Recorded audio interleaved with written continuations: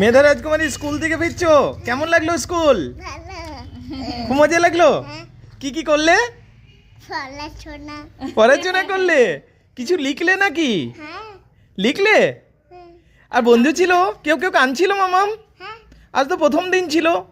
ওদিকে ওদিকে চুপ করেলে? ছুটি 1 ঘন্টা, এখন 12টা তক। তো বলি 1 ঘন্টা আরো যাবো, আসবো, তার থেকে একবারে নিয়েই যাবো। হ্যাঁ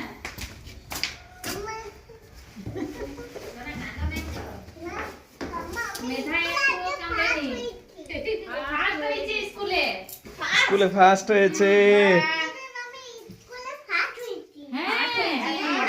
আর একটুও কাঁদেনি, অন্য বাচ্চারা কত কাঁদছে আর ও কাঁদেনি একটু। কেন কাঁদবে? ও তো ভালো মেয়ে।